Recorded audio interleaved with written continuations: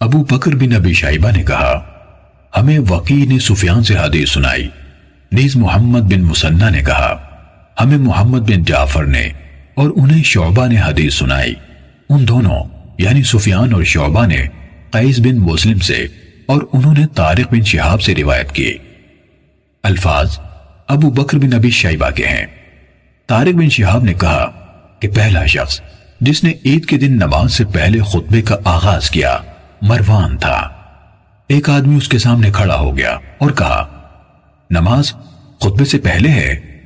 مروان نے جواب دیا جو طریقہ یہاں پہلے تھا وہ ترک کر دیا گیا ہے۔ اس پر ابو سعید رضی اللہ عنہ نے کہا اس انسان نے یعنی جس نے صحیح بات کہی تھی اپنی ذمہ داری پوری کرتی ہے۔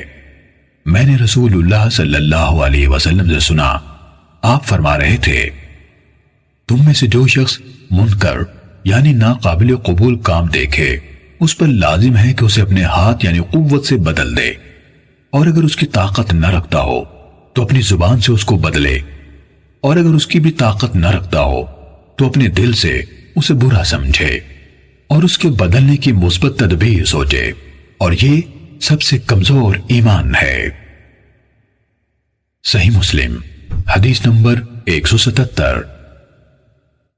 اعمش نے اسماعیل بن رجا سے، انہوں نے اپنے والد یعنی رجا بن ربیہ سے، اور انہوں نے حضرت ابو سعید خدری رضی اللہ عنہ سے، نیز اعمش نے قیس بن مسلم سے، انہوں نے طارق بن شہاب سے، اور انہوں نے ابو سعید خدری رضی اللہ عنہ سے مروان کا مذکورہ بالا واقعہ اور ابو سعید خدری رضی اللہ عنہ کی حدیث جو انہوں نے نبی صلی اللہ علیہ وسلم سے سنی اسی طرح بیان کی جس طرح شعبہ اور سفیان نے بیان کی۔